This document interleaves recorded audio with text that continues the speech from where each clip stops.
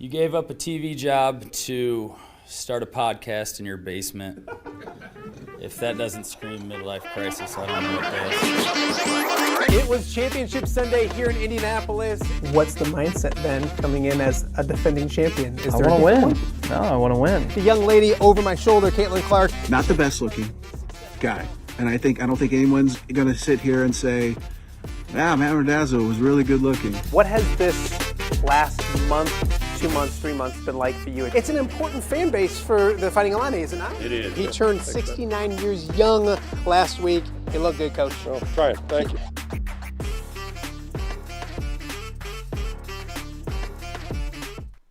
Welcome to Off the Air with Matt Randazzo here on a Wednesday in the Quad Cities, and welcome to Deere Run. Of course, it is the John Deere Classic.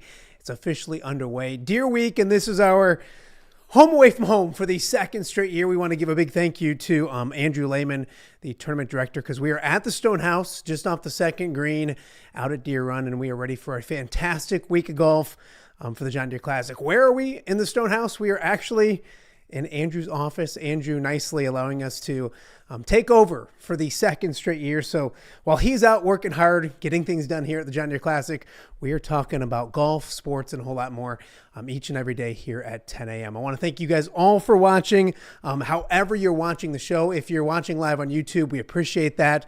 Thank you for doing that. Make sure you subscribe, like, comment, all those kind of fun things that help us out each and every day. And then also tell a friend or two or 10 about what we're doing each and every day right here in the Quad Cities as well. We are also live on X. X has been very, very good to us as well. So if you're watching on X, we appreciate that. Make sure you guys are staying interactive with the show as well. There's a great chat going on YouTube right now.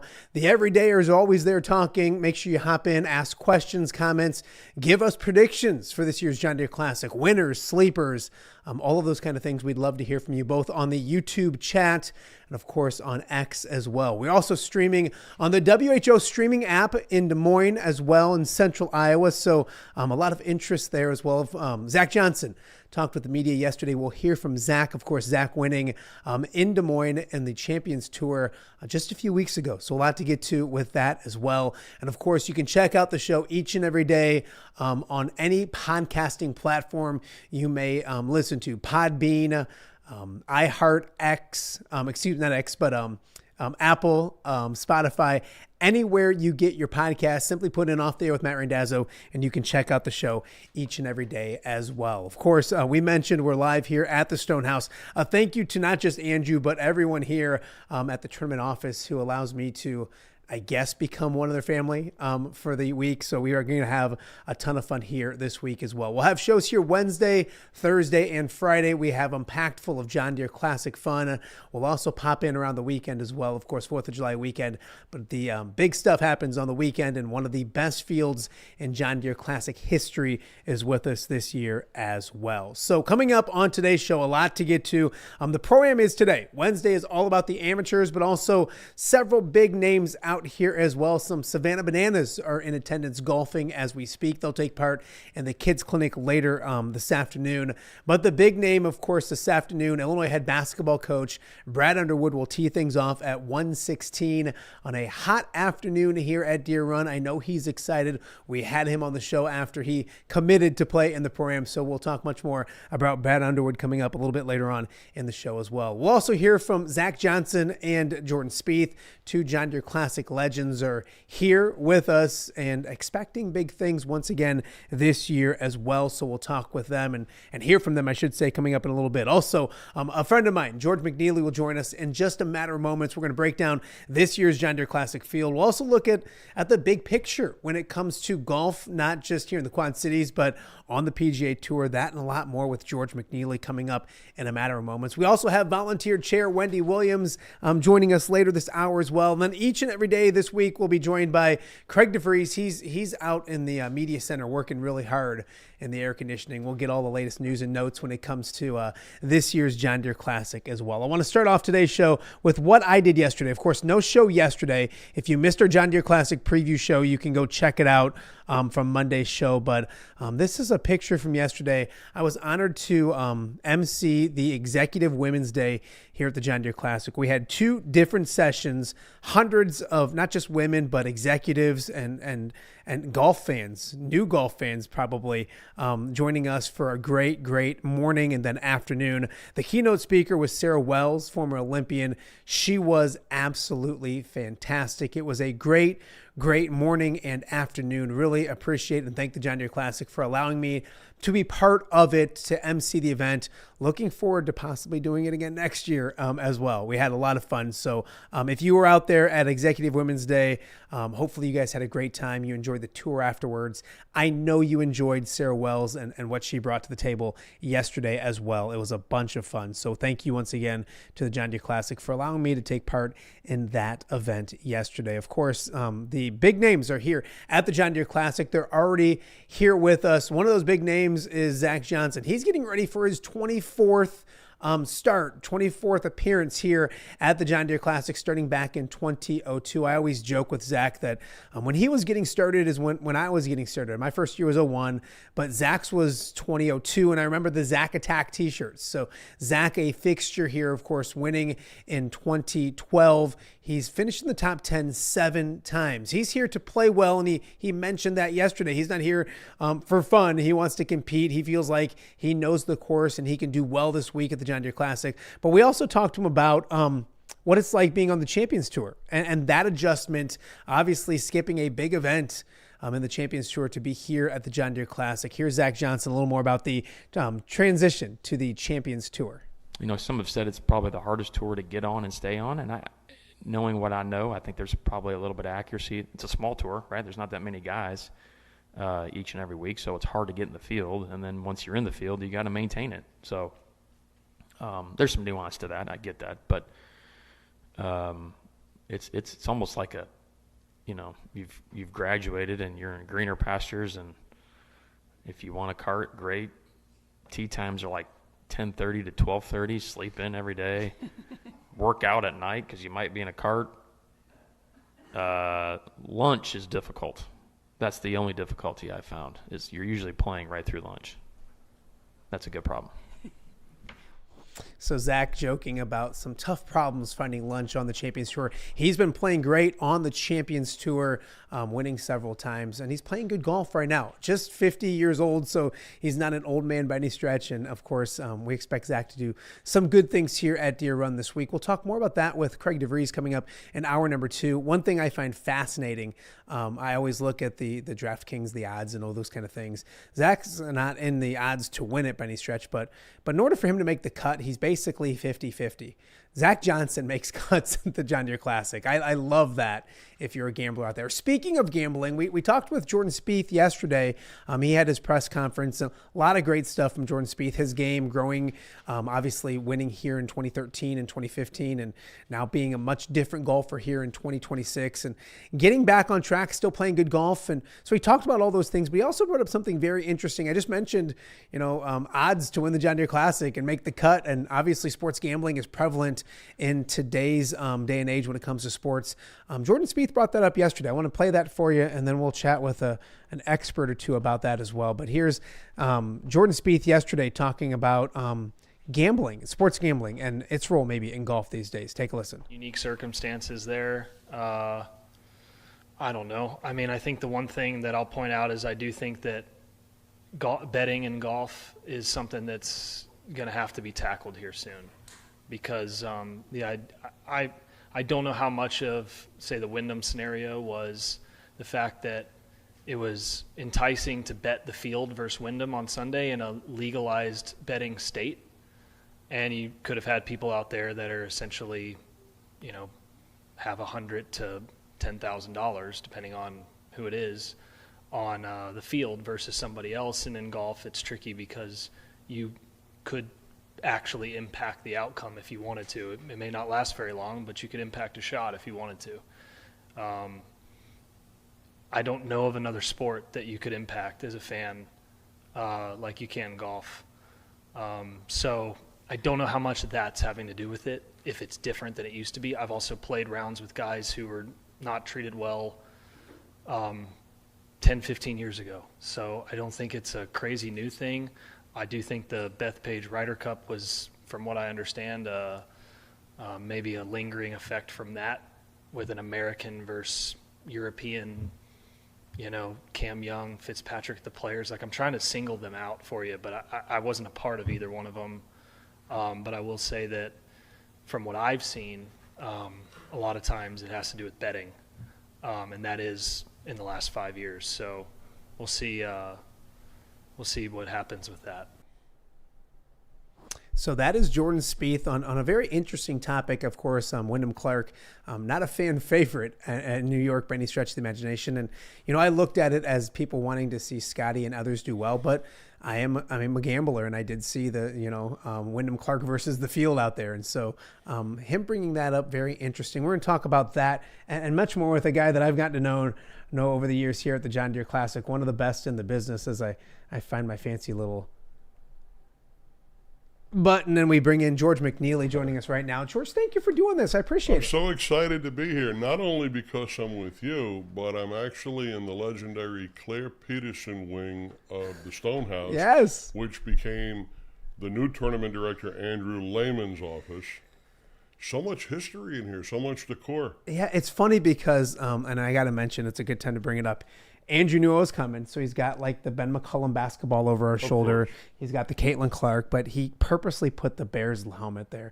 He knows I'm not a Bears fan, so he's purposely kind of getting me upset. But yeah, no, it's a great, and you go to think about it too, George. Over the last 25 plus years, a lot of decisions have been made in here. A lot of phone calls have been received in here when it comes to golf in the Quad Cities. It's a pretty cool place. Well, I'll tell you what took my breath away. I'm looking over your shoulder, and you can see right here a frame flag of the Ed McMahon 1975 Quad Cities JC Open.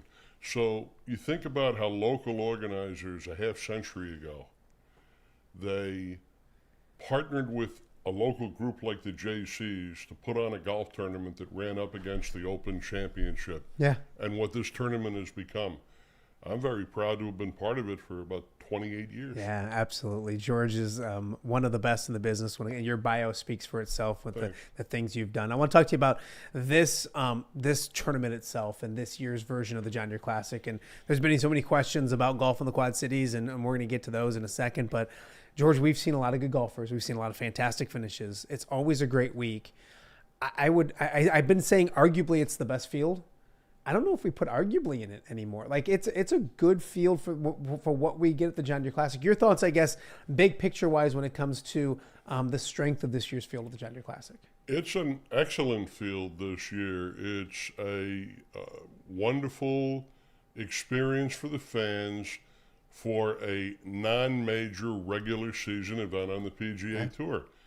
I had dinner last night at the Big Dig and ran into Chris Gotterup, and to see him in a pair of shorts and an untucked golf shirt, just enjoying a cheeseburger and the tractors and digging dirt and stuff like that. You don't see that on the PGA Tour anywhere else but the heartland of America. I love it. Absolutely, absolutely. You mentioned the Chris Gotterups, the Ben Griffins. I think the odds-on favorite to win it. It's not like he's a huge odds-on favorite, but you look at some of the strength in this field with Mitchell, with Jordan Spieth coming back. When you start kind of mapping out the week and some young play, Jackson Coyvin's playing really good, where do you go? Where does your mind go first when you look at this field when we start trying to talk about the weekend and Sunday and those type of things? Well, I don't predict. Mm-hmm. If I could predict, I would not be with you right now. I would be on the phone with my stockbroker. Right?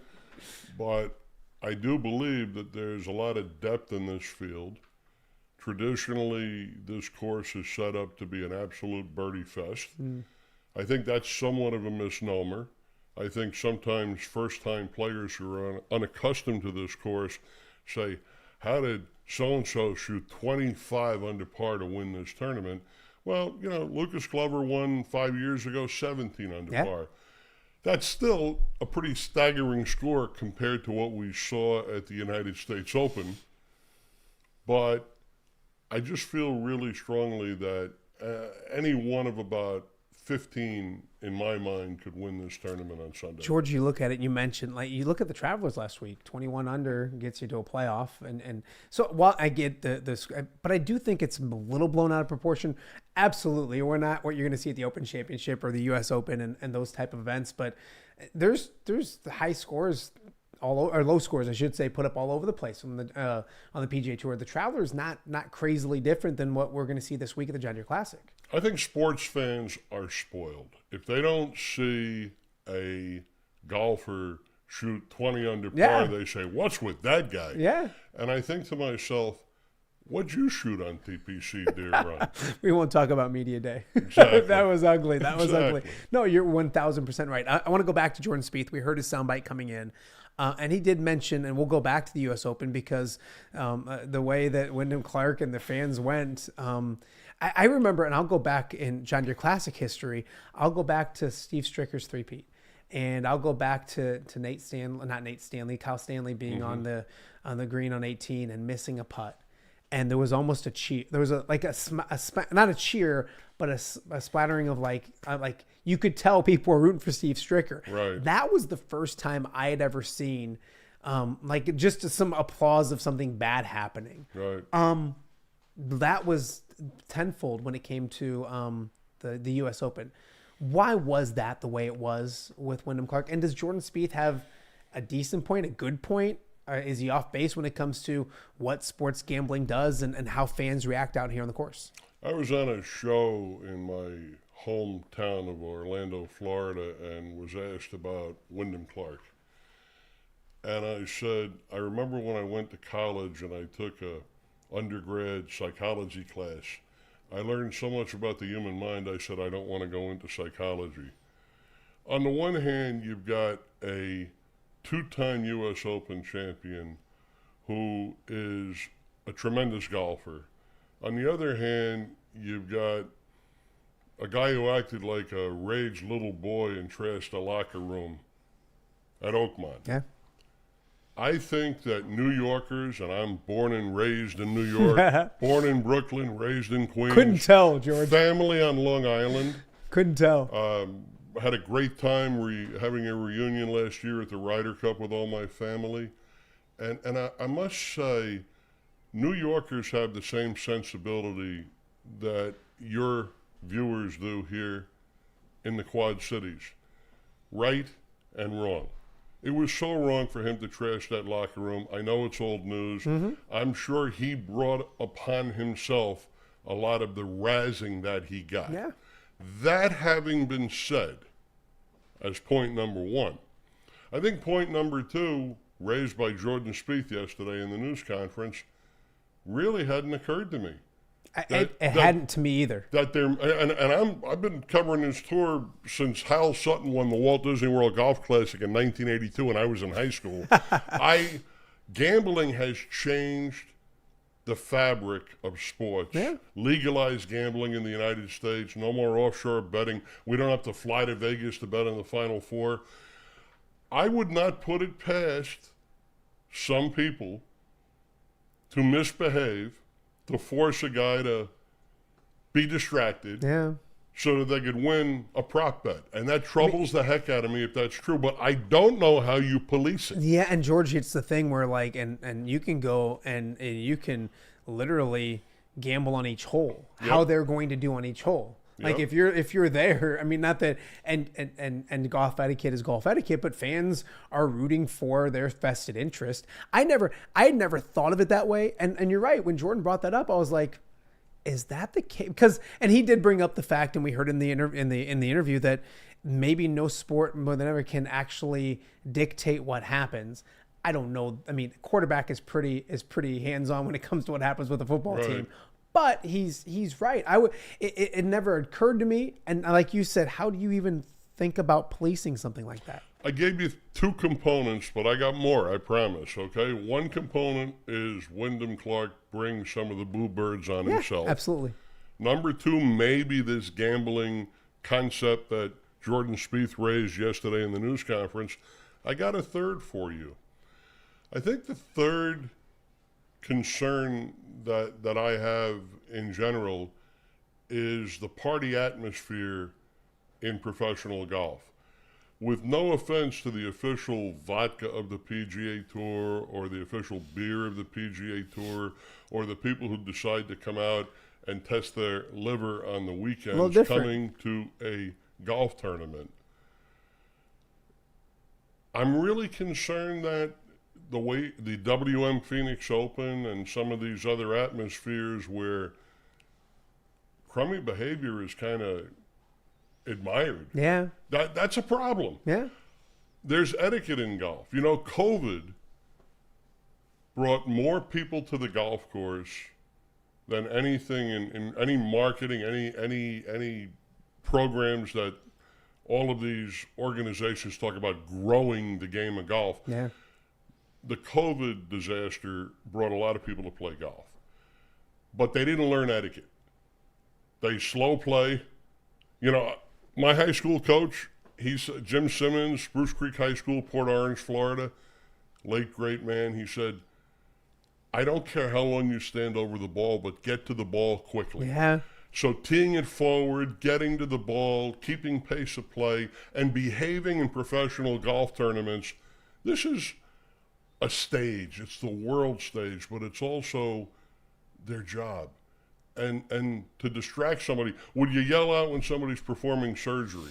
Yeah, exactly. Yeah. And that's where I got a real problem with fan behavior. Yeah. So there's three components for you. It has evolved, and you've been around it as much as I have. But like I do go back to Kyle Stanley, and I'm like, that was just a smattering of like, oh, because they were excited not against him, but the fact that their guy who's going for a three-peat, Steve Stricker, that's going to help him win and history here. Matt, it was after the putt.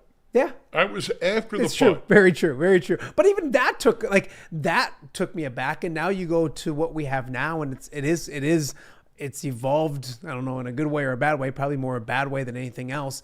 Jordan this week, obviously comes in and he's a two-time champion here, but there's a reason why he's here. Yes, he loves the Quad Cities, and he brings back to a place that he's won before, but he's got to win. I mean, he's got to play better. Why is Jordan Spieth here, and what can he do this week? I'll put it this way. Gentlemen and lady athletes know to say the right thing, especially when they're seasoned. I know he's glad to be here. I know he likes the pork chop sandwiches. The big dig is great. What? The big dig with his family is great. The big dig with his family with 3 kids now. Yeah. It's all appealing. But he's also 70th in the PGA Tour FedEx Cup standings. Only the top 70 advance to the playoffs. He knows he's got to earn points. The guy's got generational wealth already, but he doesn't have generational points to get into the playoffs this year.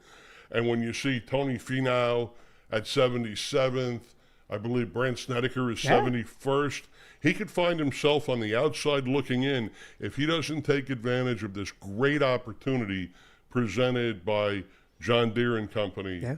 And all the volunteers here. Can he play? Can Jordan Spieth win the John Deere Classic? Absolutely. Jordan Spieth has 8 top 25 finishes this season. He got back into the top 50 in the official world golf rankings when I was down at Miami for the Cadillac Championship. I think he's 49 right now. What's that? I think he's 49 right now.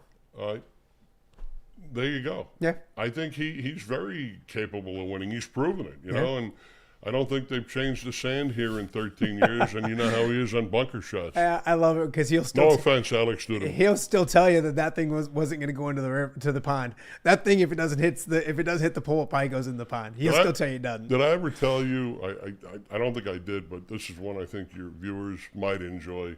So the day after the John Deere Classic, 12 years ago, Ron Gerard, my cohort in broadcasting, and 2 CBS Sports producers played early the Monday after, and we recreated the bunker shot. And we placed a little friendly wager. No money. Yeah. It was like, hey, guys, I got a dozen golf balls for anyone who gets it closer than me.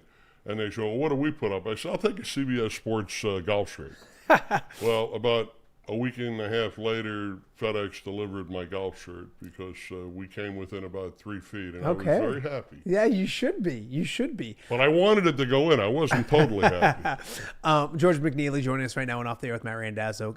George, before I want to take a quick break. I want to talk about the future, but I want to talk about Zach. Who was here, talked yesterday to the meeting. And it's fascinating. I mean, a guy here that's a Cedar Rapids guy, an Iowa guy, but he's a Quad Cities guy. He's a legend at the John Deere Classic. He's a John Deere guy. He's got John Deere on his bag. Absolutely. A couple different things that he was that he was asked about. I'll start with and it didn't seem like a decision. He could be playing on the Champions Tour in a very prestigious event this weekend, and he's playing here at the John Deere Classic. Were you surprised by that? Obviously, it was a no-brainer for him. Your thoughts on him being here playing at the John Deere Classic? Well, first off, Zach Johnson, a former Masters champion, a former winner of the Open Championship, golfer of the year. He's a Hall of Famer. A lock for Hall of Fame. Yeah. Has nothing to prove. Mm-hmm. And it's very reminiscent of Steve Stricker, Mr. Three-Peat's last appearance here at the John Deere Classic. I walked up to Strick and I said, why are you here and not at the major on the senior circuit? Yeah. He said, this is Claire Peterson's last event as tournament director, and I want to be here for him. Claire helped put this event on the map and helped distinguish it and make it so much larger than it may appear to people watching it on CBS. And Andrew, who's taken over as tournament director, his longtime protege, I like to refer to them as Batman and Robin, and the youthful Ward is the tournament director now, doing a marvelous job and continuing it.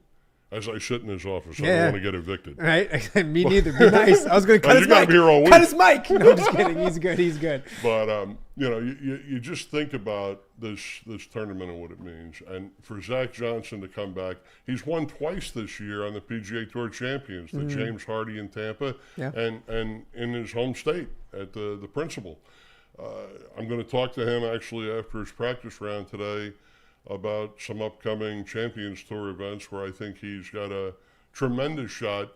You know, he's got that Hale Irwin and that Bernhard Langer and maybe that Steve Stricker momentum right now. Yeah. When you just turn 50, you have a physical advantage over the guys who are closer to 60 and so on. So I think Zach's going to burn it up on a Champions Tour. I also think, I don't want to be too personal, I think it fits his vibe, his playing schedule, his family. It's a nice staycation to play professional golf over 50. I call it a staycation. We heard him say he's like the tee times are 10:30 to 2:30. He's like, I'm in a cart. He loves that. 7 top 10s here. 1 in 2012. He's got a lot. We talk about bunker shots. That fairway bunker shot in 2012 to win the John Deere Classic will long be remembered. This court in the 60s forever. What can he do this week? I don't look for him to win this tournament necessarily, but I look for him to have some brilliant golf shots given his familiarity with the course. But I also would not be surprised to see him on the front page of the leaderboard heading into Sunday. He's making a cut. Is he? He's making the cut. Another guy with a crystal ball. I run into all of these people in the media center who have a crystal ball. Well, some of my wife's hard-earned money is going to go towards him making a cut. So, Zach, no pressure. Oh, and so you're part of that gambling problem that Jordan was talking about. I got it. There he is. Well, that's the thing is I know enough about it to know that, like, it didn't really – and in golf, it's right. He's right. I mean, we see the college football. He should safely make the cut. Yeah, well, we see the college football nonsense that goes on. And you think, like, if there's a sport that can dictate results, golf is kind of one of them. You know, like you can really – so it's a slippery slope. I'm going to take a quick break with you. A couple weeks ago, last week, 2 weeks ago, some news on the PGA Tour. You wrote a fantastic article. You can see it right now in the Quad City Times and the Rock Island Dispatch and Argus about the future of golf. I'm going to get your thoughts on that and much more. I got George McNeilly in Andrew's Layman's office at the Stonehouse, and we're live at the John Deere Classic. It's a pretty good Wednesday. Don't go anywhere. We'll be back right after this. All right, be honest. Are you craving Hungry Hobo again? You know, that fresh sliced meat piled high on those amazing sandwiches, hot off the grill chicken and steak, with all those delicious toppings, the biggest and best selection of baked potatoes, or simply some waffle fries dipped in cheese. Well, now that Quad City favorite is even easier to get. Download the Hungry Hobo app today. Order ahead, skip the line, and earn rewards all at the same time. There's Double Points Monday and exclusive specials as well. With 12 locations in the Quad City area, it's Hungry Hobo. Now even easier to find, but still hard to resist. Rafferty Funeral Home, dedicated to serving families in the Quad Cities since 2007. Hi, welcome. Here, come on in. An experienced staff plans each service to reflect the unique life and legacy of your loved one. Rafferty Funeral Home is proud to serve our community with dignity, respect, and compassion, helping you to celebrate your traditions and lasting memories no matter your faith, culture, or budget. Rafferty Funeral Home in Moline. Call today to discuss prearrangements.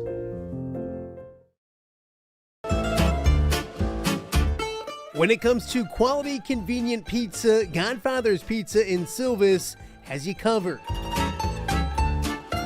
Featuring a beautiful dine-in area, delivery, and a carry-out window. Godfather's Pizza is that pizza you grew up with, not a convenience store. You see, at Godfather's Pizza, the dough is made fresh daily. That mozzarella cheese is shredded fresh and never frozen. And those toppings are abundantly piled high each and every time. Locally owned and operated since 2010, Godfather's is a huge supporter of local athletes right here in the Quad Cities. So come on by and check them out at 1211 Avenue of the Cities in Silvis. Order online at godfathers.com and reunite with that same delicious pizza you grew up with. This summer, light the fuse on something bigger than fireworks. It's red, white, and you at the John Deere Classic. July 1st through 5th with world-class golf and 4th of July energy you can feel. Wednesday is Youth Day and kids 15 and under get in free with a paid adult. After golf, concerts on the course rocks the weekend. Carrie Underwood, headlines and All-American 4th of July celebration. And Old Dominion closes out Sunday. Stars, stripes, summer tradition. Get tickets now before they're gone at johndeereclassic.com.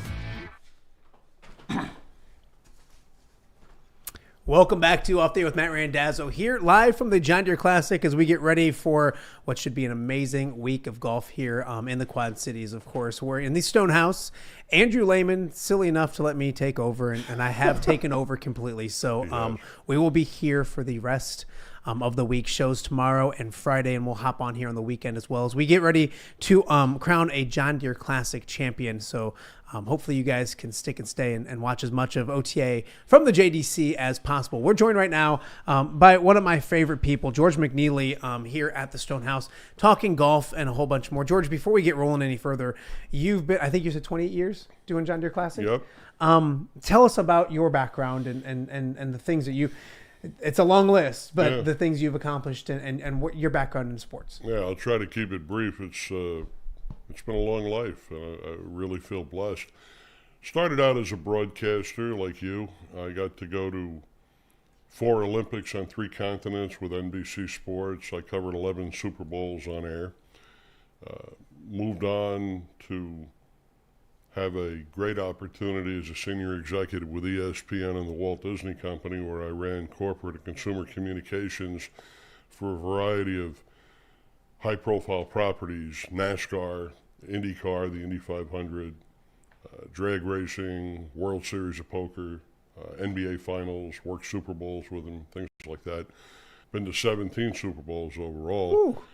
First golf tournament I covered in high school was the Walt Disney World Golf Classic, where Hal Sutton won on the 4th hole of sudden death. What year? 1982. Wow. And you know what I learned? I learned on that day something very important. His perseverance led to the win, and that journalists don't get paid overtime for really, really, really long days. No, they don't. After leaving Disney and ESPN, they came down to my office. For the last 7 years, I was based at Disney World, and they said, "Hey, we love you, but if you want to keep your job, you got to move to Bristol, Connecticut. I don't like high taxes. And Makes no sense. offense to our friends here in the quads, I don't like snow either. I like living in the subtropics. I had 3 kids in short pants. And we decided to stay in Orlando. I launched McNeilly Communications. We started doing a lot of public relations, which we still do, for official PGA Tour partners. We worked with Massage Envy, we worked with Aon and the Aon Risk Reward Challenge. And more recently, pre-pandemic, we signed Arnold Palmer Golf Management, which operates Walt Disney World's golf courses. Sure. My labor of love is journalism. I'm always about storytelling. In addition to all of that, soon after starting my company in 2011, I was offered a wonderful opportunity to teach sports business models at Full Sail University in Winter Park, Florida. Yeah. Very highly regarded, accredited school for production, for entertainment business, for sports business. My son just got a bachelor's degree, Michael, in show production. And we're just really excited living in Orlando, Florida. But my joy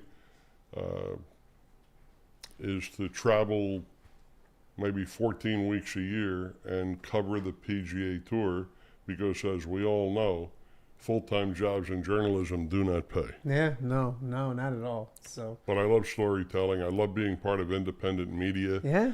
I love, candidly, not working for a rights holder that has business interest with sports, because I think that can sometimes influence people's end product.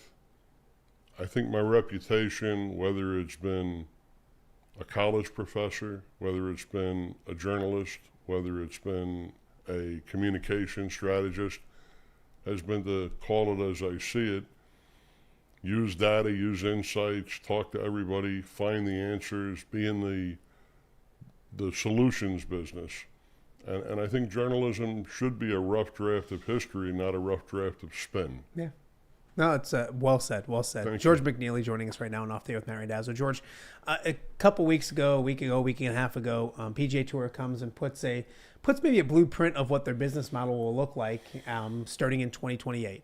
Here in the Quad Cities, I think it left more questions than answers, which is fine because that's what evolving is, and we'll find and we'll learn. And it's not the first time there's been questions involving golf in the Quad Cities. And we've always figured it out. I'm sure we will, and we'll see what it ends up looking like. I don't want to look at it from the Quad Cities perspective. I want to look at it from maybe the PGA Tour perspective. And you have a really good article in today's newspapers here in the Quad Cities. From the PGA lens viewpoint, it's pretty good business to clarify your business model. Your thoughts on that aspect of it as you look at it from the PGA Tour, what the PGA Tour is trying to accomplish right now? You know, I'm going to put it this way. I wrote a preliminary article right after the announcement last Tuesday at Travelers Championship, and it was a column, and I talked about my former boss, George Bodenheimer, the president of ESPN, who sat in a room at Walt Disney World with a whole bunch of theme park operators and resort operators, and they said, "What's the key to your business's success?" And there was absolute silence. You could have heard a pin drop when he said, "A lot of times we throw spaghetti on the wall and see what sticks."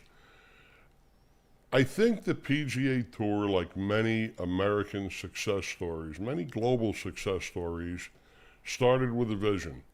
Let's get a whole bunch of guys together, play golf, put up prize money. It's big business. Yeah.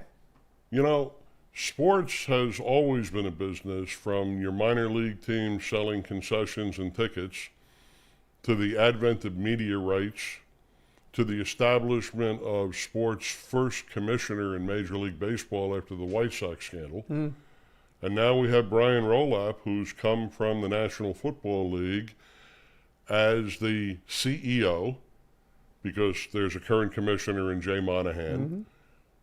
They also announced last week that Rolapp would assume the role of commissioner upon Monahan's retirement at the end of this year. I'm giving you this whole setup, if I can, because it's a business.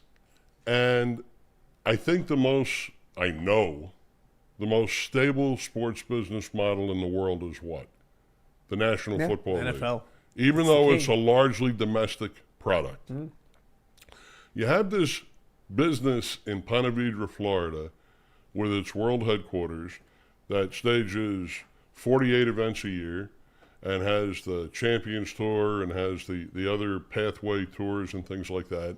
They built a huge world feed broadcast center across the street to aid media partners to market the sport and serve the consumers that are ravenous for golf activity. Mm-hmm. But there really hasn't been clear definition over the years. Is the PGA Tour a sports league? Well, yes, but on the other hand, the athletes are not salaried employees governed by a collective bargaining agreement like your Green Bay Packers. Yeah. So they're independent contractors. I think what Brian Rolap's done is he's brought stability and a sense of purpose. And this announcement last week, which we can get into pretty granularly if you like, I think it brings a sense of definition to the future of what professional golf's elite will look like. And I think there's still a place for the John Deere Classic, a very special place. Yeah, no, absolutely. It's when you look at what's trying to be accomplished, I think it clarifies what happens at the PGA Tour, and but it leaves questions for now about these events. And you said there's probably a pretty special place for the John Deere Classic, and we've talked about, so basically there's going to be a Champions Tour, there's going to be a Championship Tour, Challenger Tour. Right. So last week, the PGA Tour announced something that was a rather seismic shift in both branding and positioning. But as Jordan Spieth said yesterday, it's probably always existed to a certain extent. So let's really take let's peel the onion back a little bit, if you will. As you say, they decided to have a PGA Tour Championship Series, which will be the top-tier Elite Series. Then there will be a PGA Tour Challenger Series, which will be, make no mistake about it, second tier. Mm-hmm. They also said that 7 of the PGA Tour Challenger events could be designated as elevated events, which I would interpret as standalone weeks. Mm-hmm. Not up against the Championship Series. Correct. Because they talked about the 2 series running concurrently. I think the 2 most impactful aspects of the announcement for the John Deere Classic is the concept of relegation and promotion. If you are not playing well enough in the Elite Series, the Championship Series, you will be relegated just like soccer teams in Europe to the Challenger Series. Well, even baseball teams, if you're not playing well on the big league level, you probably go down to the minors and get fixed. I'm so glad you keyed in on that, because the promotion part of it is very interesting as well. If you win 2 events on the Challenger Series, you automatically move up to the Major League Series. So what happens? Does that bump someone down, or does it just add to that series? It's additive. Okay.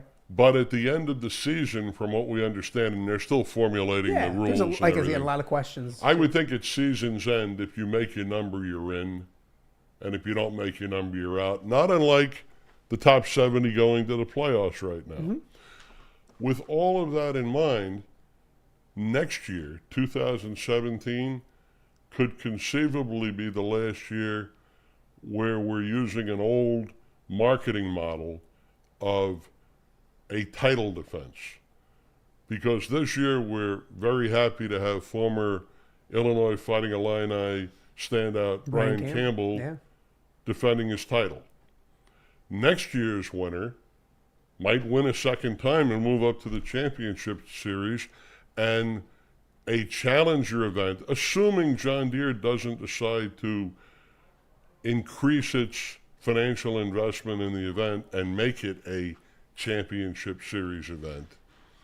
I think you have a situation where this becomes a standalone, elevated, special event with an incredibly strong community DNA that still supports the charities. And Andrew Lehman, your tournament director, very appropriately is focused on this week's event, as is your media coverage, as are all the people out here to just enjoy golf. Yeah. And I would never want to bring any kind of a perceived dark cloud to this week. And I don't think there is a dark cloud. Yeah, no, absolutely. But I do believe there's an incredible opportunity for the John Deere to continue to earn its place in the ecosystem of professional golf. I did speak to one of Andrew's peers, Tracy West, who's the tournament director for the Valspar Championship in Tampa. And Tracy said, if you're a challenger event, are you still going to have a great tournament? Yes. Are you still going to have recognizable names? Maybe fewer. Are you still going to support charity? Yes, maybe less. But she made a very, very compelling case that if the PGA Tour threads the needle with the eligibility criteria and gets it right, the Challenger Series could be the second most popular golf circuit in the world, ahead of the DP World Tour, the European Tour, and ahead of a lot of other organizations that are competing for the world's best players. But make no mistake about it, the PGA Tour Championship Series is going to be the focal point. It's going to feature the most stars, the most prize money. The Challenger Series will be less prize money. But as someone who teaches sports business models, I actually think the John Deere Corporation gets a very good deal. They're not going to perhaps have to pay what they're currently paying for this sustainable business model of a PGA Tour event. I would think the price tag would be less to do a Challenger Series event that will still be televised. They're doing this, especially the standalones. Absolutely, they're doing this for content. Yeah. No, I mean, fascinating points, George, and as we know with Deere and what Deere has done just in the PGA Tour and the relationship that they have, that's something that will hold this event to a higher standard, and there will be more questions and answers, and next year, as we mentioned, do want to point out this is 2028. And the John Deere Classic and John Deere in this event have a title sponsorship that goes through 2030. So, the John Deere Classic is. I had some people say to me earlier this week, "Is this last year?" Like, no, well, for what? Like, of course not. Like, and so I think there's more questions and answers and clarifications and clarity. Go ahead and give George's article a read today. It's really good stuff. Thank you. Jordan Spieth, I'm going to quote him again yesterday from the paraphrase what he said yesterday in the news conference, which I think is really important. There's always been this situation. He's living proof. He won this tournament and didn't come back to defend the title. You remember that? Yeah. I will tell you, that was through no lack of effort by Claire and Andrew going to every tournament they could budget to have conversations with him. Do you remember? But he had other priorities. It was the Olympics. Yep. And then I remember being at Media Day, and it came word that he was no longer going to the Olympics. And just looked at Claire, and Claire's like, well, and then he found out quickly. And I understand Jordan at that point didn't want to take away from the Olympics by dropping out of it by going to someplace else. So would have been a lot different. George McNeilly joining us right now on Off the Air with Matt Randazzo. George, you've been Quad Cities coming 28 years? 13 years in person, working side by side with you and the other assembled media. 28 years we've been working on broadcast feeds and various other things long before the PGA Tour had a world feed. Do you have a favorite one or two memories here in person that you'll be like, I mean, obviously there's the big moments and the shots, and I'm trying to think 13 years, I'm trying to do math in my head. So 2015, you were here when Jordan and the bunker, maybe not being down. I don't even think I was there when the bunker shot happened. I remember the radios were like, so some kid, Jordan Spieth, just put it in off the. Who would have thunk that it would have turned out to this? Right. Do you have memories, a few that stand out in the John Deere Classic that you cherish and remember the most? As far as golf shots are concerned, my most cherished memory is my own hole-in-one down in Florida, December 3rd, 2010. Anyway, but as far as... At 10 a.m., 10:17 a.m. 11:14. 15th hole, par 3. The wind was... No, exactly. Yeah. With all that in mind, I could sit here and talk about Jordan's sand shot. I could talk about unexpected outcomes here. I think Lucas Glover winning here in 2021 after a 10-year victory drought was a fantastic storyline. Brian Harmon's first win on tour was wonderful to see. I think for me, coming here every year, it's been covering the tournament, talking to the personalities, getting the backstories, but more than any of that, it's the relationships that I built. I flew in to the Quad Cities airport on Monday night, and I see this guy walking in a hurry to get his bag, and he stops. He says, "George," with his South African accent, and it's Dylan Fratelli. And we caught up, talked about things. He's trying to find his way in the DP World Tour, but he's back here. Yeah. And he won here in 2019. And I said, "Dude, we got to get a selfie." And to have that kind of a relationship, to go to the big dig, and as I'm walking out the door, Chris Goddard says, "Hey, what's up?" and remembers me from our interview earlier in the day and is kind enough to recognize me. That doesn't happen at a lot of PGA Tour events in the bigger hustle and bustle. I talk about the big dig. It's obviously a closed player party. I've been very privileged to go there over the years. But I will tell you, when you go to the Tour Championship in Atlanta, not to take anything away from the marquee event on tour, Chris Goddard is probably having a celebratory steak dinner at a fancy restaurant with his sponsors like Bridgestone Golf. He's not eating a hamburger and potato salad on a paper plate at the John Deere testing facility, driving a tractor, moving some dirt, and freeing his mind before the big event this week. That's the picture I'd like to leave you with more than any one golf shot, which you can see on Golf Channel Classics. I love it. George McNeilly, he'll be here all week. Thank you for coming out to the Stonehouse and doing this. It's John Deere Classic week when you get into a press conference and you hear George's voice. I would give money, lots of money for George's voice. I appreciate you, my friend. My Thank pleasure. you so much for stopping by. Got something for you, by the way, before we go. Oh, look at this. That's my cover story in Chicago District Golfer that I worked on with editor Barry Cronin, and the title is Tour Grinding, and it quotes Charles Barkley. I ran into Charles at the Arnold Palmer Invitational, and he hit a ball outside the ropes. The gallery's all taking pictures and selfies with him. He walks up the cart path. That's not where he should be, by the way. He should be on the fairway. I said, "What's up, Chuck?" He says, "George, been a minute." I said, "I got to talk to you after the round." He talks about how tough it is for golfers like Brian Harmon with no guaranteed contracts and knowing where they're going. Whew. Good stuff. Love it. I love it. George, appreciate you. Good seeing you. George McNeilly, he'll be around all week. We will got more to get to when we get back. Up next, we talk a lot about the golf here at the John Deere Classic.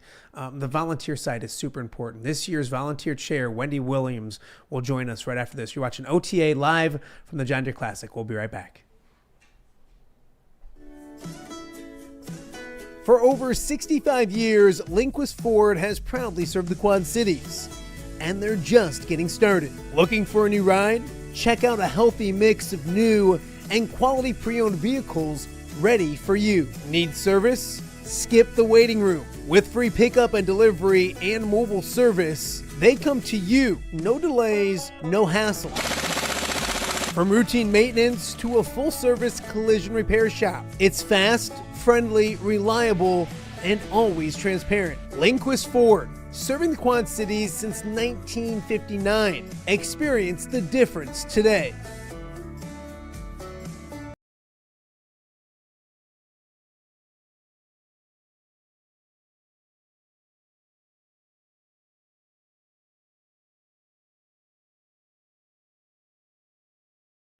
Hey, I'm the Crawford guy. Ooh, do you guys always speak at the same time? Sorry, guys. I'll go first.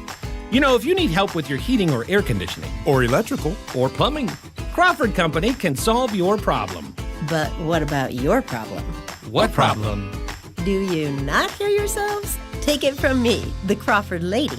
And me, the Crawford guy. Crawford is the comfort company. This summer, light the fuse on something bigger than fireworks. It's red, white, and you at the John Deere Classic. July 1st through 5th with world-class golf and 4th of July energy you can feel. Wednesday is Youth Day and kids 15 and under get in free with a paid adult. After golf, concerts on the course rocks the weekend. Carrie Underwood, headlines and All-American 4th of July celebration. And Old Dominion closes out Sunday. Stars, stripes, summer tradition. Get tickets now before they're gone at johndeereclassic.com.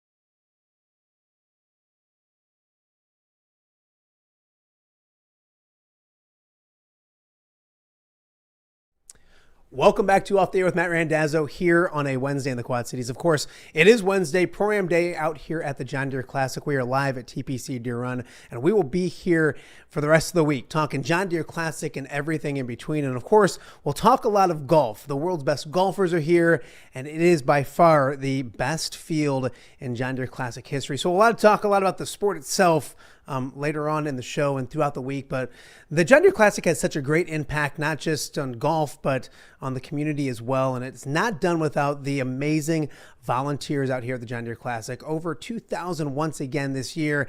And they have a leader, a fearless leader that I got to meet yesterday at the Women's Executive Day. Joining me now, the volunteer chair for this year, Wendy Williams. Wendy, thank you for stopping by and hanging out with me a little bit. Yeah, thank you so much for having me. I appreciate it. It's a big task. And it's it's a unique village. I guess before we start with like your road to golf and doing this and the John Deere Classic, being the tournament chair, what's it been like, or the volunteer chair, what's it been like to see these volunteers all come to fruition this week? Yeah, it's amazing, and it's just an accumulation of just understanding how dedicated and professional the volunteers are and everything they do. You learn so much about how they have grown into the roles that they're in. And, you're just in awe of everything that they do to make this tournament happen. It's amazing to see. I want to talk about your story, the John Deere Classic. How did you get involved? I think you said you moved to the Quad Cities in 99-ish. Did you know about the John Deere Classic? Are you a golf fanatic? Do you love the sport? Take me through your journey and to where you got today. Yeah, so yes, we love the sport. When we moved to the Quad Cities, wasn't as familiar, with the John Deere Classic, but started coming out with hospitality. Then, really started coming out every year, loving the tournament. You actually feel like you know so much about the tournament. I've been coming out here every year, and but then once you start volunteering, you realize everything that goes into it, and you realize you don't know as much as you probably think you know. But yeah, it's my son is really into golf, and so he started golfing when he was 3. And wow. We just enjoy watching, and I'm a terrible player, but enjoy watching. There you go. Absolutely. Obviously, being the volunteer chair this year, kind of take me through how you got involved here at Deere Run and with the John Deere Classic, and what was that like? Because obviously, you come out here, you've been out here for years. Take me through getting involved, because that's the big part of the John Deere Classic is people like yourself getting involved and getting out here and helping out in the ways that people do. Yeah. So. There's been opportunities with various organizations where we were volunteering for certain roles, and individuals that I know. Pat Schaus was the chair that year, and I met with Pat. Yeah. And there were individuals that had asked if I was interested in joining the board, which of course I was honored, and I knew it was a great opportunity to get more involved. So I was super excited to join the board. But that's how I got involved. And then once you're on the board, it's a three-year period of, so it's a 9-year board commitment. If you're elected into the executive committee, you start actually working with different committees for a 5-year period up until the chair spot. And so that's really fun because you get to really get to know all the committee chairs. You get an inside kind of on the ground look at everything all these committees are doing. It just gives you a really, you understand the volunteers do some great work, but once you're really working with the different committees, you get a firsthand view of everything they're doing. It's eye-opening. You're just in awe of everything they do. You look at it this year, and I mentioned over 2,000. It's probably getting closer to 2,500 than 2,000 sometimes. Kind of talk about those numbers and the impact that the volunteers have on this community, and it's everything. I mean, people talk to me like, how can there be that many people out there? There's so many things to be done. I mean, you name it, from parking to we're looking up at the 13th tee box and the people working up there.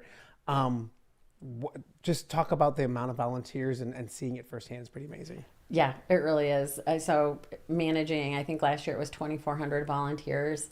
It's admissions. They work with security. They are in the parking lots. They bring meals out to the volunteers and gallery management that are helping on the holes. We have a switchboard. We have a medical team, an information team. I mean, you see volunteers, especially gallery management on the holes, but there's so many people behind the scenes. The cart team, giving the carts, making sure the carts are ready. And, all of these are big jobs that are really important to making this whole engine run. And that we get so many volunteers. Many of these volunteers are 20 to 50-year volunteers. Yes. And they come back year after year. And when we do the volunteer party, some of these people move away. They retire, they move away. They come back and stay in a hotel all week and volunteer this week. I mean, some of these stories you hear, the legacies, the history, it's so fun to hear the connection and how meaningful this is to everybody. When you get to the volunteer party, everybody hugs each other and they're like, welcome back. How are you? How have you been? What's going on? And they talk about it being a family reunion, and it kind of is because, sometimes this is the only time of year you see people that have moved away. And, but when they come back, you're so glad to see everybody, and they're glad to see you, and it's just a lot of fun. It really is a symbol of the event itself, because the family traditions. I love hearing the family traditions of this. I used to do this with my dad, and now I'm doing it with my son. Those are all over the place. It's really fun to see. Golf wise, everyone looks at the John Deere Classic week, and obviously it's going to be 1 week of amazing golf, but it impacts the community. We talked a lot about it yesterday at the Executive Women's Day, that it affects the community all year round. Let's talk a little about Birdies for Charity, because this event has such an impact on our community. Almost 500 nonprofits now that'll benefit. It was 16.9 million last year.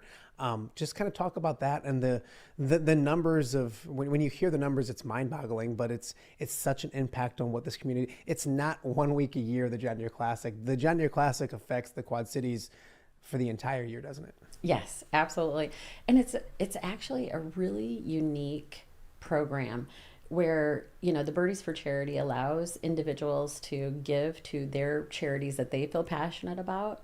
And then the tournament raises money for the bonus, which is really supported by John Deere with a challenge grant. And then they pay all of the administration fees of the program.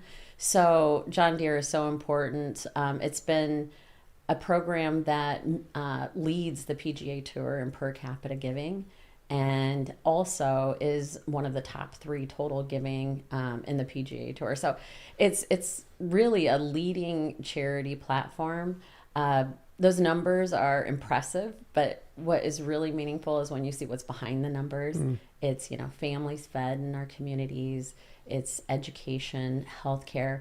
I mean, if over the entire tournament since 1971, it's been over 200 million. And I mean, think how that really impacts, and has helped our community is really inspiring. So it's just such a part of what we do. It's an important part of our mission, and something we keep in the forefront. That we get this amazing golf event, world-class golfers, and just are able to give to our community like that is, it's just such a great opportunity. It's awesome because I heard the $200 million number yesterday, and I hope I don't get this wrong, but I want to say 99% of it is since John Deere took over. It is, and that the impact that they have had, it's just amazing to talk about and to think about as well. What's this week like for you? Let's just, because it's not, people will think like, oh, it's John Deere Classic week, it's really busy, and obviously it is. But this isn't just the John Deere Classic is coming up, we should start looking at it. This is something that you've worked on for a long time. Obviously, there's preparations throughout the year. We joke with Andrew that he's busy this week, but this isn't just the only week of the year that he works. He's busy all the time. What's this year been like for you? Is it what you expected maybe? And then what's this week like? So go year and then to week, getting ready and preparing for this. So when you start the year out, the chair is responsible for developing the board committees, putting the board committee chairs together. The board has certain responsibilities, tournament week. So that kind of kicks off, which is really fun. It's nice to see people on the board stepping up and wanting to take more responsibility. And, when you start your board, when you start on the board, you really feel like you know a lot. And I think others have said, I've, been here. I know so much about what's going on. And then once they get started, they're like, oh, there's a lot I didn't realize I didn't know. So, they're learning, and it gives them a great opportunity to take leadership in some of the board committees. Sure. So that's really fun. That's how you start the year off. I've really tried to focus board meetings on kind of strategic thoughts, how we can support. I mean, to be honest, the staff is fabulous. So they have come up with amazing ideas. It's crazy. They're very creative. They think of something new every year. Marshall, I don't know if you saw the stadium seating in the first hole. No, not yet. He's kind of put some stadium seating together. Oh, wow. So there's some, the staff's fantastic. We have some great community leaders on the board too. So I've tried to focus on how can we strategically, have some conversations to support the mission, the event, the charity, the, giving back to the community, the impact.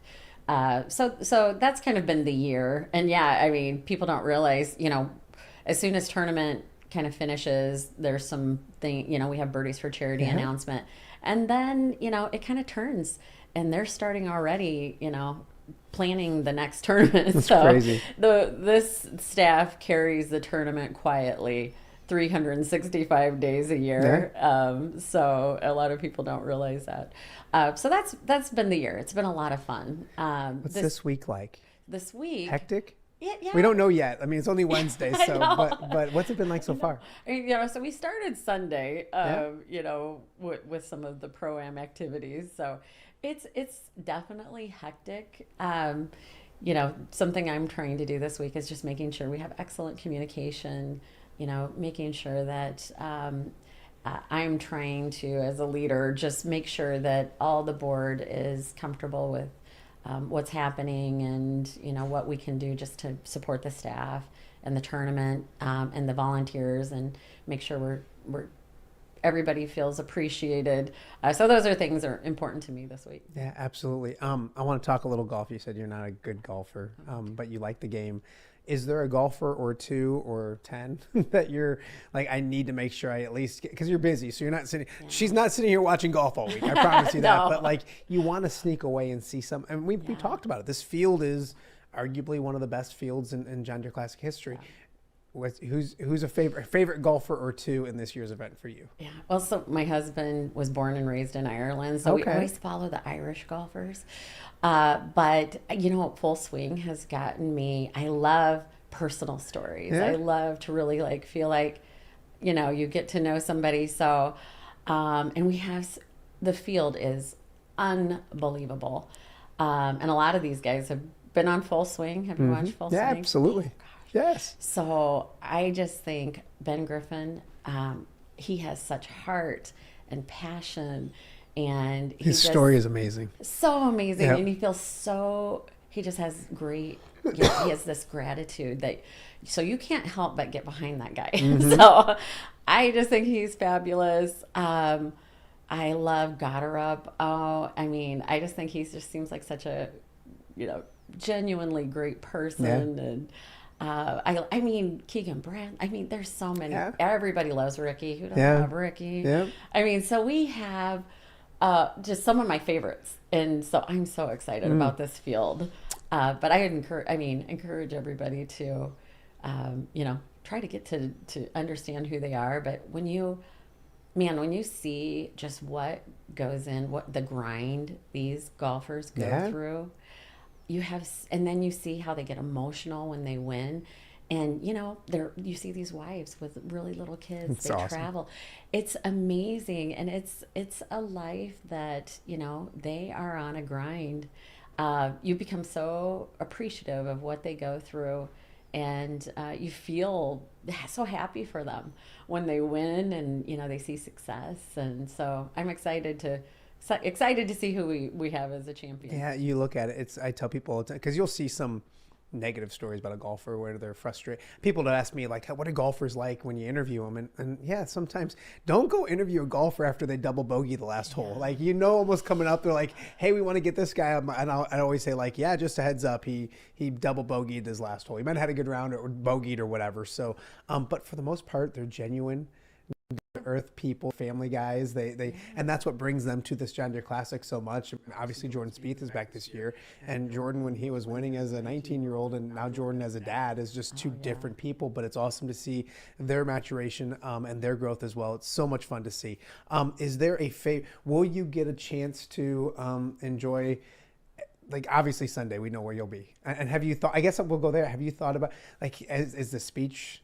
Is it done? Is it written? Is it ready to go? Have you practiced it? I got to work on that. Yeah. Andrew says it's like, same day thing, but I'm like, I can't do that. Yes. So I'm going to be, I'm going to have to put some thought into that. I'm not a same day. Do you have a prediction?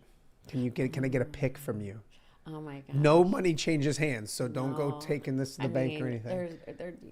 I can't. Wouldn't Jordan be a great winner? I mean, I could pick 15 guys. I'm like, these would all be such, great winners. Whoever it is going to be a great champion. It's funny because that sometimes you'll look and you want certain winners and you'll be like, oh, there's two or three. And you look maybe long-term for the John Deere Classic and who you'd want for that next year to carry the flag. Wendy, you look at the list and you can go through 15, 20 guys or lower. I mean, you can go it would be great to see a guy like Luke Clayton get back on track and win here. There's so many guys. Jackson Coyven winning here would be amazing. Obviously, the connection to the Quad Cities. So 100%. I completely agree. All right, before we let you go, your favorite John Deere Classic memory over the years? Oh, my favorite John Deere Classic. It could be a volunteer story. It can be a actual out in golf course. You've been out the John Deere Classic. When you tell people about the John Deere Classic, is there a story or two you tell them about? Man, I could think of a lot of stories. Absolutely. There's a lot. So it's hard to pick a favorite, but I will say maybe one of the most eye-opening is, some of the volunteer stories. And there's a million of them that, and you do, really get to know these people and you genuinely feel care for them. We had a committee chair who lost a friend, and she was setting up, and a lot of us went in. There were several that went in and kind of helped out, and you just feel this sense of community, and you feel this sense of caring. And it just is, it makes you feel great. And so that's a great example of what this volunteer force is like. They genuinely care about each other. They do it for the community. They do it for the tournament. A lot of them love golf. They do it for a lot of different reasons. But once they start getting in the tournament and they start really creating relationships with each other. They do it for each other as well. It's such a great testament to just how caring, this volunteer force can be. I lied, I have one more.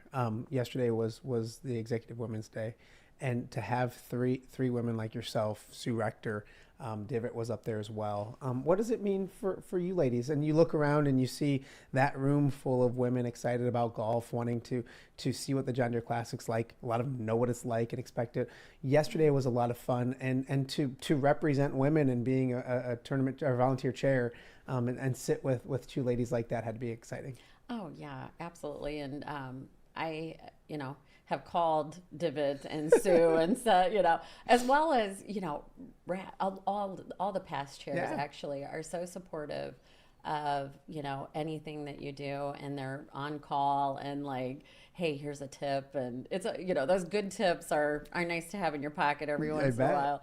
So yeah, the past chairs have been fantastic. It's the Executive Women's Day was great. You did a fantastic job. It was you were an incredible host. I was stupid, and so that it was really fun.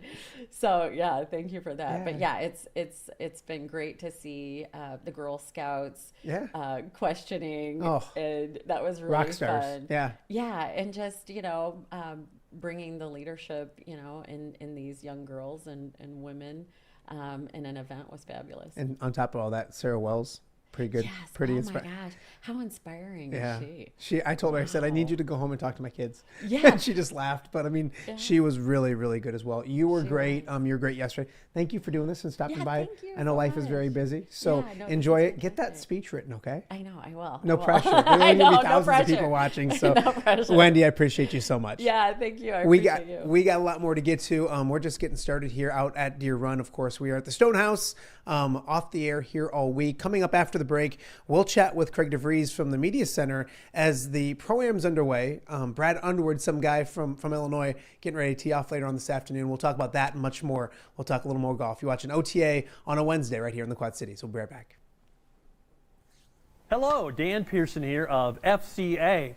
Our team is thrilled to support Off the Air with our good friend Matt Randazzo.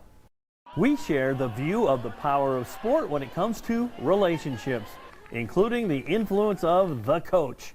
FCA believes the coach is the most influential person in America. Matt celebrates local coaches and athletes. His content is informational, insightful, and inspirational. Our Fellowship of Christian Athlete team loves partnering with Off the Air with Matt Randazzo while we engage, equip, and empower coaches and athletes in our 23 counties. FCA, the heart and soul in sports. View from the West, the podcast covering Illinois high school football.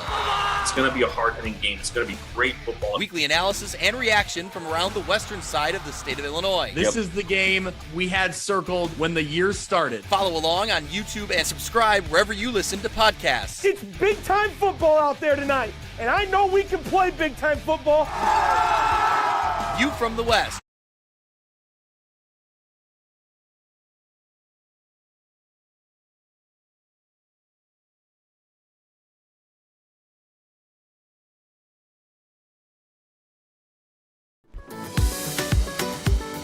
Hand-cut chips, fried fresh with that crunch you've come to love. And the most addicting salsa with delicious fresh ingredients each and every time. Pick up your chips and salsa, queso, enchiladas, and much more at the Stern Center in Rock Island. To place your order, simply call the man himself. It's Snoop at 309-314-8197 and find out for yourself what the rest of the Quad Cities already loves.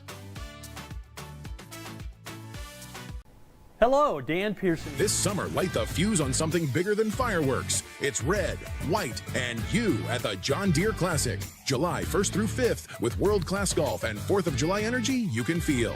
Wednesday is Youth Day and kids 15 and under get in free with a paid adult. After golf, concerts on the course rocks the weekend. Carrie Underwood, headlines, and All-American 4th of July celebration. And Old Dominion closes out Sunday. Stars, Stripes, Summer Tradition. Get tickets now before they're gone at johndeereclassic.com.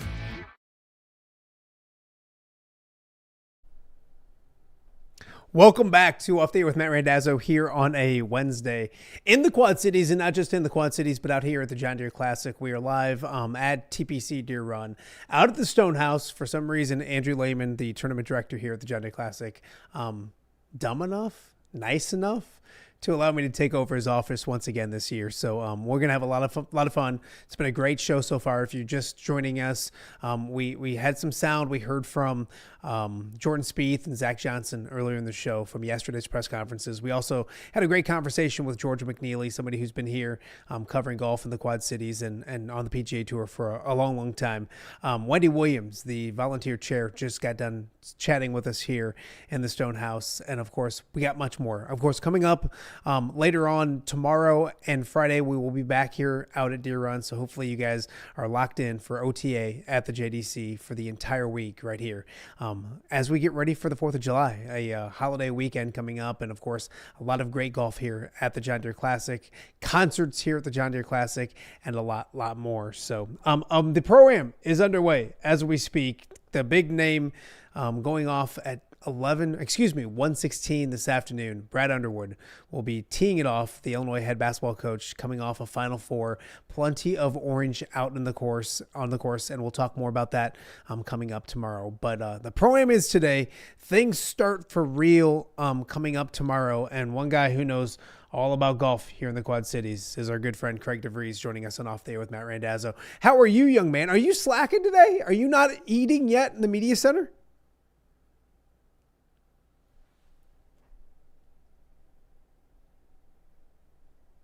I can't hear you, Craig. Craig, this is great because I normally like not being able to hear you, but I'll tell you, do me a favor, hop off and log back on. I'll come back over here and here's what I'll do, man. I'll just take yourself turn the off microphone on my computer. I love it. Hey, sorry, sir. Technology gets the best of me as well. So, you're working from home right now, heading out to the course here a little bit? Yes, I am sitting at home. I'm enjoying the air conditioning, preparing to take to the 18th fairway as a marshal. That's right. You're volunteering today. John Deere Classic for the first and perhaps last time, depending on my demeanor. They might ask you to come back. That's a very cool thing. And I know that there's media members, Mark Nessler, one of them, that cover the Classic for so many years. Now he volunteers out here at the course. I know Claire, I believe, volunteered when he got done, obviously the tournament director.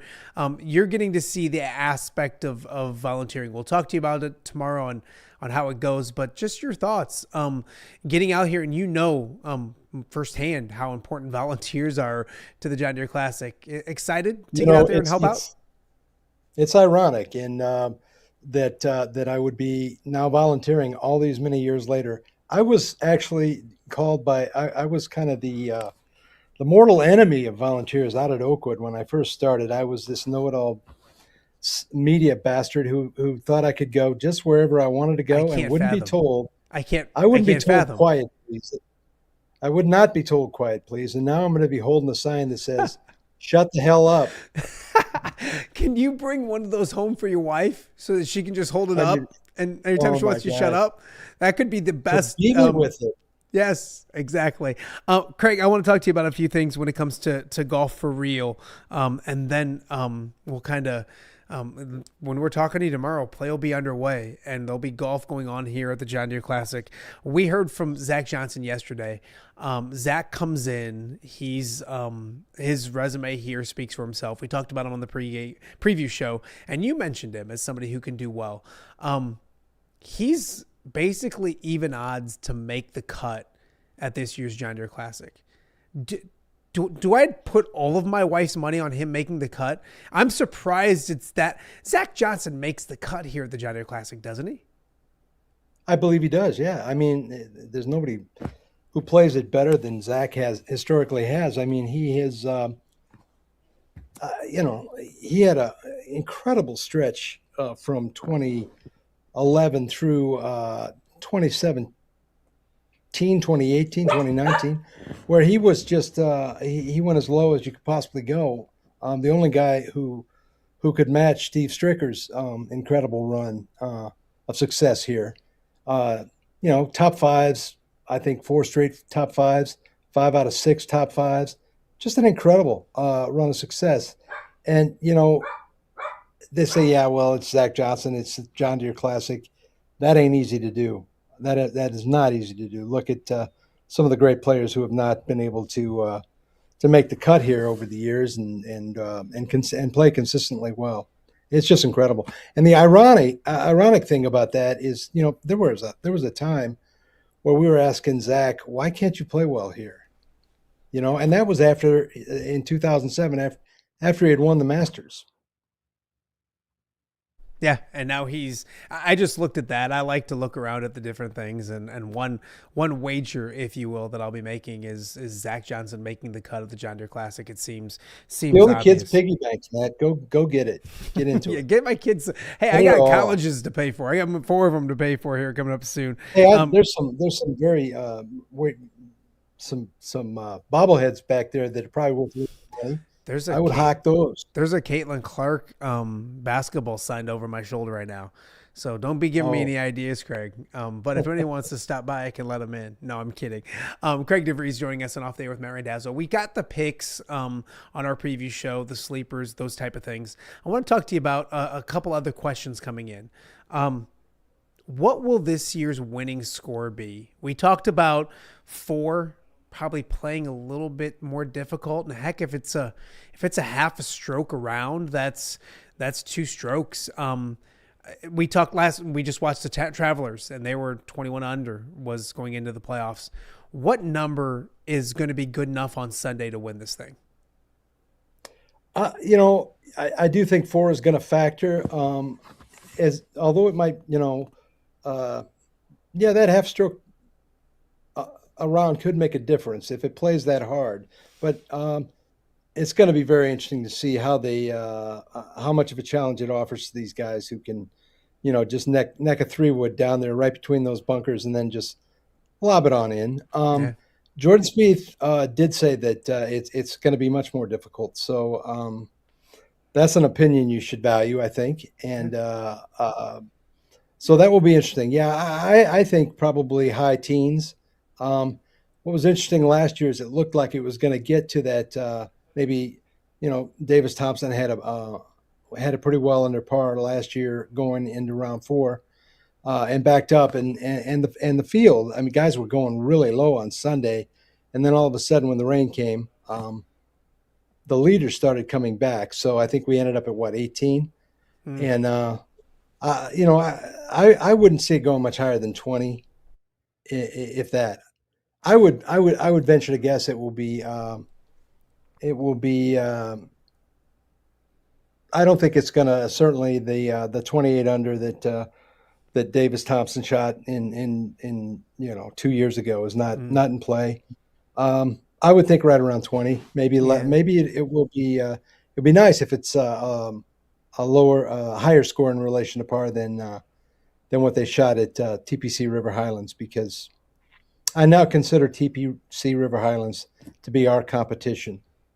Yeah, no, makes good sense. George McNeilly was in earlier talking about scores, and people look at the John Deere Classic and they think, well, it's an easier course. I mean, Travelers last weekend was no different. I think actually this year 19 sticks out in my head for this year's winner.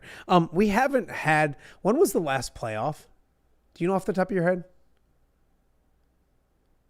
Last year, Brian Campbell and Emiliano Grillo. Oh, you're right. Is that a trick question, Matt? No, it wasn't. I didn't even. But and the reason I bring it up, seeing Jordan and Zach back to back yesterday in the press conferences, of course, had me going back to 2013 and remembering, it was Zach trying to go for a repeat, and it was the chance of having someone like Jordan Spieth win. Do you see a playoff this year with the field the way it is, with the amount of golfers that are here, the names, the talent? Do we get this thing done in 72 holes? Boy, I hope so. I hope we don't have to come back on Monday like they did with Scotty and Victor Hovland. But for one hole, one single hole. They sold a lot of beer on Monday, though. Did you notice those Norwegians were already gassed? Yes, they were. Absolutely. Yeah. You know, this is like, you're going to have to put me back on Twitter saying Craig wouldn't answer the question. You can't predict that. I mean, yeah, Well, Fields you bunch, obviously, and the competition on tour is as stiff and as tight as it's ever been. And yeah, we got a great field, and yeah, let's have a playoff between Jordan Spieth, Zach, Chris Gotterup. Let's put Jacob Bridgman in there, Keegan Bradley. Let's go. Let's match that 8-man playoff in 1983, won by the great Danny Edwards at Oakwood. Man. No, it was won by the great David Barr at Oakwood. Craig DeVrieze joining us right now on Off the Air with Matt Randazzo. I'm going to make you. It can happen. I mean, you know, yeah. You got to give me a yes or no on those last couple. Or not yes or no, but answer. Jordan Spieth will finish in the top 10 here at this year's John Deere Classic. Yes or no? Yes. Ooh. I think he's going to play really well. I really do. Obviously, fan favorite. I'm pulling for him, but I think he's going to play well this week at the John Deere Classic. Even when he was struggling in 2024, and he finished in top 25. So yeah, he plays his golf course well. He got here early. He got here on Monday. He played the front 9 yesterday morning. Yeah, if he rolls that rock, forget it. It was funny to hear him. He actually was asked about changing putters, and he talked about, you know, there's just times where you look at your line and it feels so good. You hit a putt and it goes in from 30 feet. And he said, it's fun to be the guy that makes 30-foot putts. And yeah, and then he smiled and said, you know, I was that guy for a while. And he was. 2013 and 2015, he was that guy here. Yeah. And then he went on to greatness.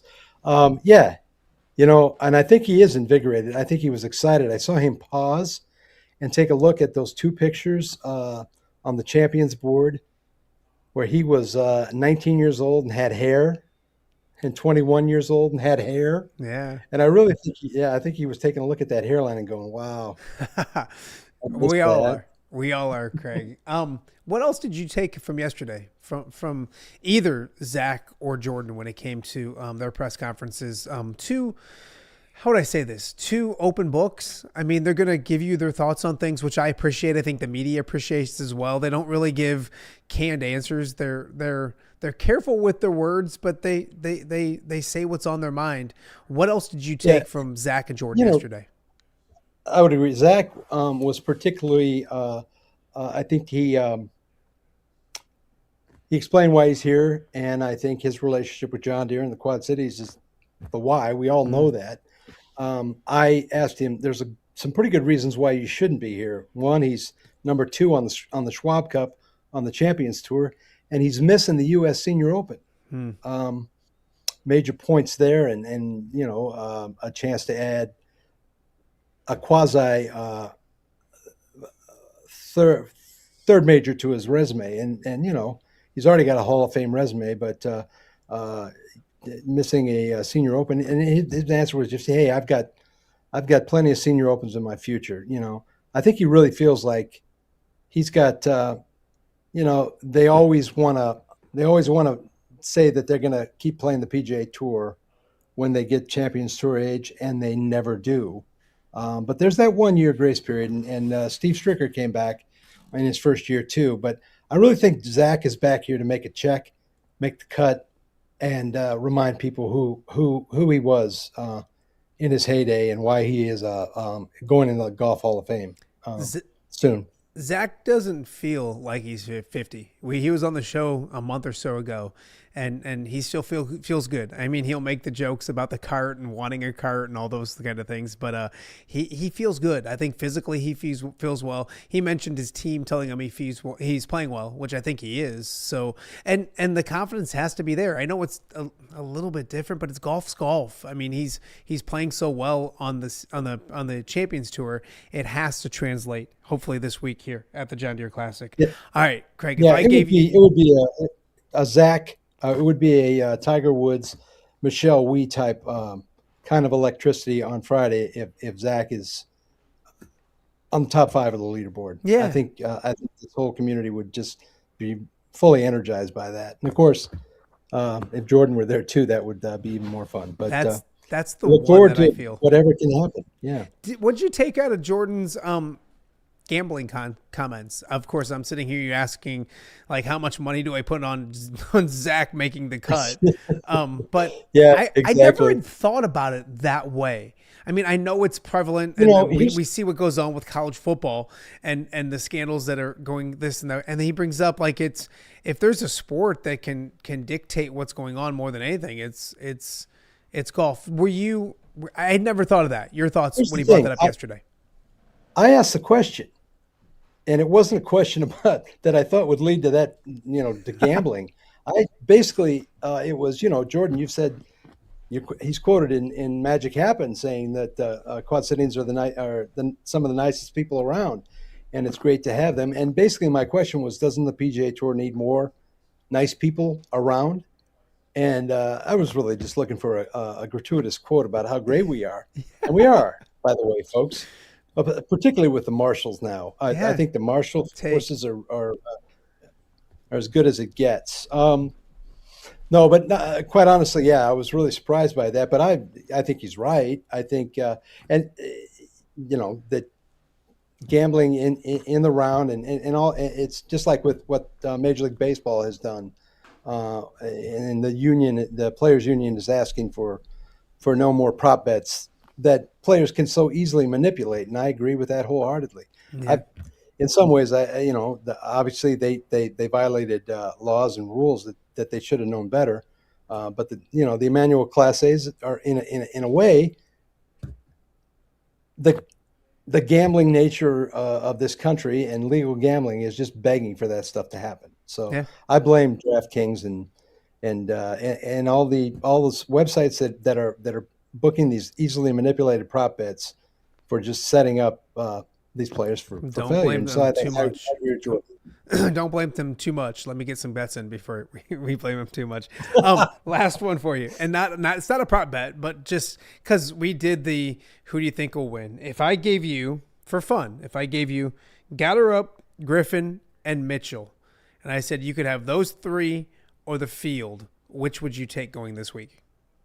I will always take the field. I mean, I will always take the field. Numbers just dictate that, and golf is that unpredictable. But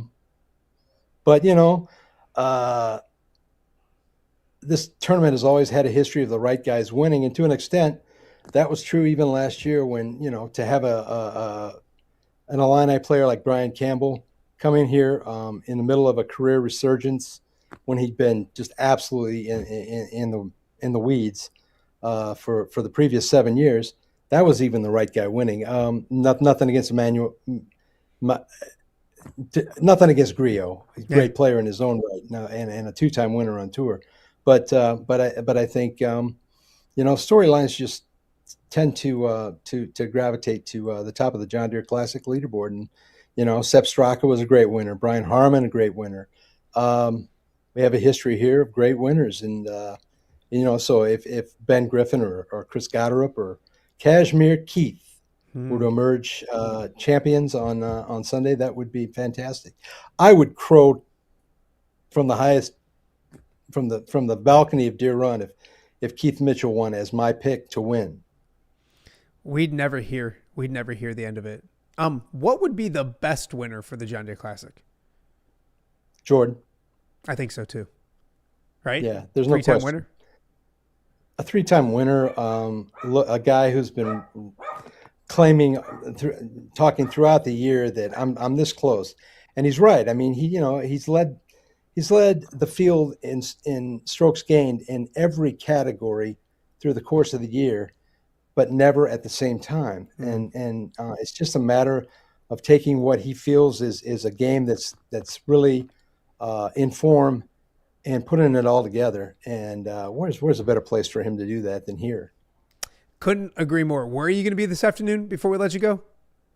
I will be on 18. I'll be the guy holding the "shut the hell up" sign. Do you cranky old man? Do you plan on bugging Brad Underwood as he comes by, thanking Brad Underwood as he comes by, bowing to Brad Underwood as he comes by? I'm going to tell him, get the ball to Merkovic. Quit messing around. Feed the big guy.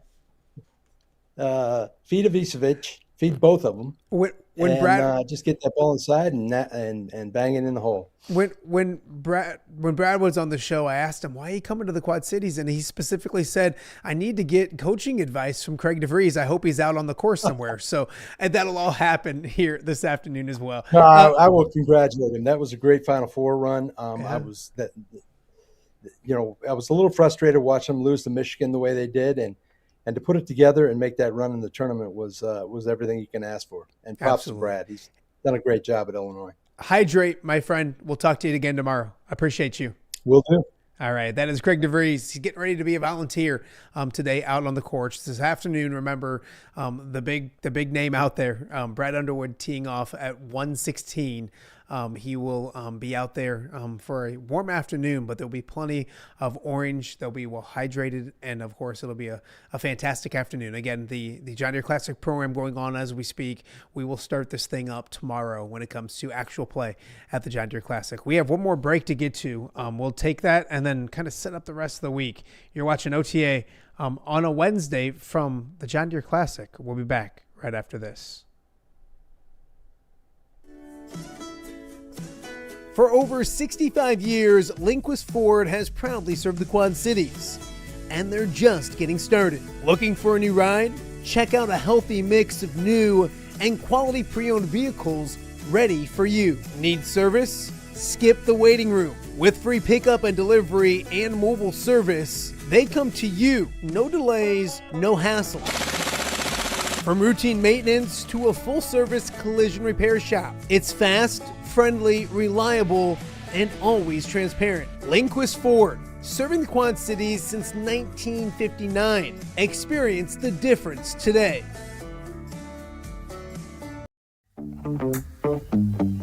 All right, be honest. Are you craving Hungry Hobo again?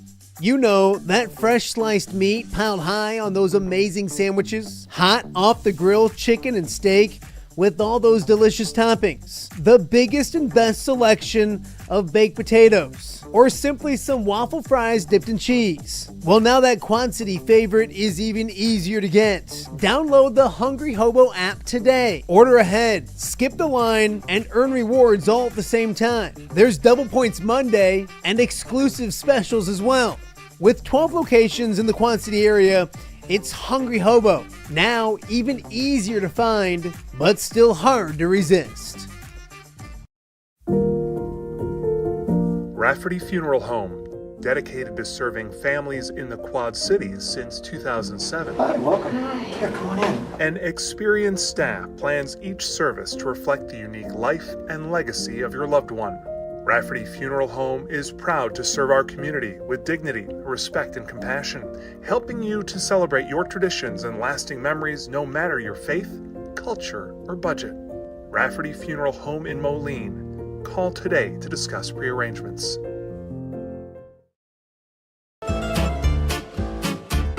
When it comes to quality, convenient pizza, Godfather's Pizza in Silvis has you covered. Featuring a beautiful dine-in area, delivery, and a carry-out window. Godfather's Pizza is that pizza you grew up with, not a convenience store. You see, at Godfather's Pizza, the dough is made fresh daily. That mozzarella cheese is shredded fresh and never frozen. And those toppings are abundantly piled high each and every time. Locally owned and operated since 2010, Godfather's is a huge supporter of local athletes right here in the Quad Cities. So come on by and check them out at 1211 Avenue of the Cities in Silvis. Order online at godfathers.com and reunite with that same delicious pizza you grew up with. Welcome back to Off Day with Matt Randazzo here on a Wednesday in the Quad Cities. Not just in the Quad Cities, but we are at the John Deere Classic.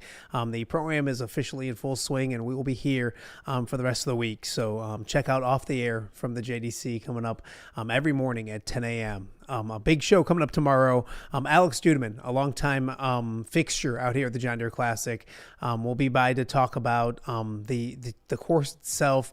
And we've talked a lot about 4. There's a big change on 4, how it'll play, how things came to fruition. Always great catching up and chatting with Alex Dudeman. So we will do that tomorrow. Also efforting to catch up with Celia Palermo as well. Celia back in town, a former co-worker of mine at WQAD, doing the 19th hole this week, also working for the John Deere Classic this week as well. So we'll get her thoughts on the John Deere Classic. Bobby Metcalf's back in town. We'll get his thoughts as well.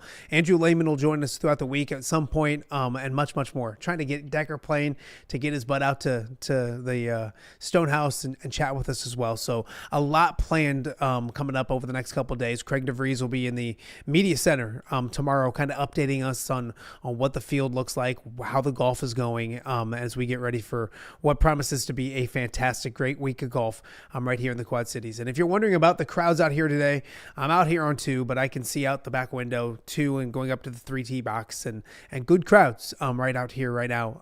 Is it warm out? Yeah, it's a little warm. It's the summer in the Midwest. Get out here and enjoy the Pro-Am here coming up today as well. I'm going to leave the shot here for a second, as my stuff was on the floor. So I want to go over some tee times for tomorrow.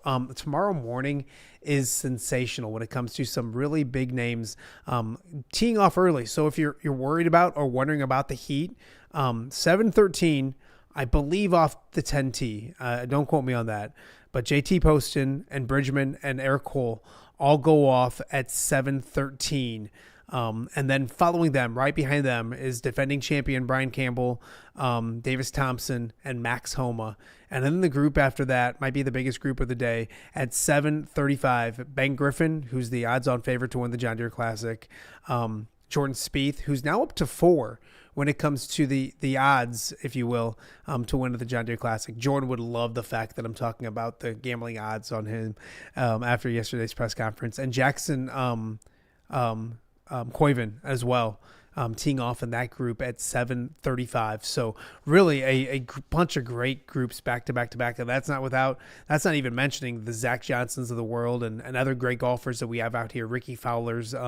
If you need your pairings, go to johndeereclassic.com, click on pairings, and you can check all of those pairings out as you get ready to figure out who you're going to follow when it comes to the John Deere Classic, either Thursday or Friday. Both will be outstanding days of golf here at the John Deere Classic. We mentioned the odds-on favorites to win the John Deere Classic. Right now, it's changed some. Ben Griffin at the top, he's plus 1325. Chris Gotterup, plus 1425. Keith Mitchell is plus 1850. And Jordan Spieth started the week when we did the preview show, and we were talking about who might win it and the odds-on favorites. I believe Jordan was like the 8th when it came to the odds of winning the John Deere Classic. He's up to 4th. Right now, he's plus 2,400. Obviously, not getting too much into gambling, but plus 2,400 means if you put $10 on it, you're going to win 240. So not like they're odds-on favorites and definitely going to win, but that's the way it looks when it comes to the odds makers out in Vegas. So I the more I think about Jordan Spieth and his chances out here and how he's played, he's not just somebody who's struggling and a disaster and needs to find it. His game's been good. He hasn't put it all together this year yet, but he could easily do that this week at the John Deere Classic as well. So it should be a fun week of golf. It's the best week of the year out here in the Quad Cities when it comes to sports, and especially during the summer, the John Deere Classic. If you are out here and you're out and about, make sure you stop, say hi. Don't stop here at the Stonehouse. I don't want everybody coming out here. But if you see me out and about, I'm going to be roaming around the course for the rest of the afternoons after the show as well. So excited to check out some great golf and continue to talk about it each morning right here on Off the Air with Matt Randazzo. I want to thank our guests. I want to thank Wendy Williams for stopping by. She's the volunteer chair. George McNeilly was awesome as always. And of course, Craig DeVrieze as well. Thank you guys for watching OTA. We'll be back with another live episode from here at Deere Run coming up tomorrow. We'll see you then.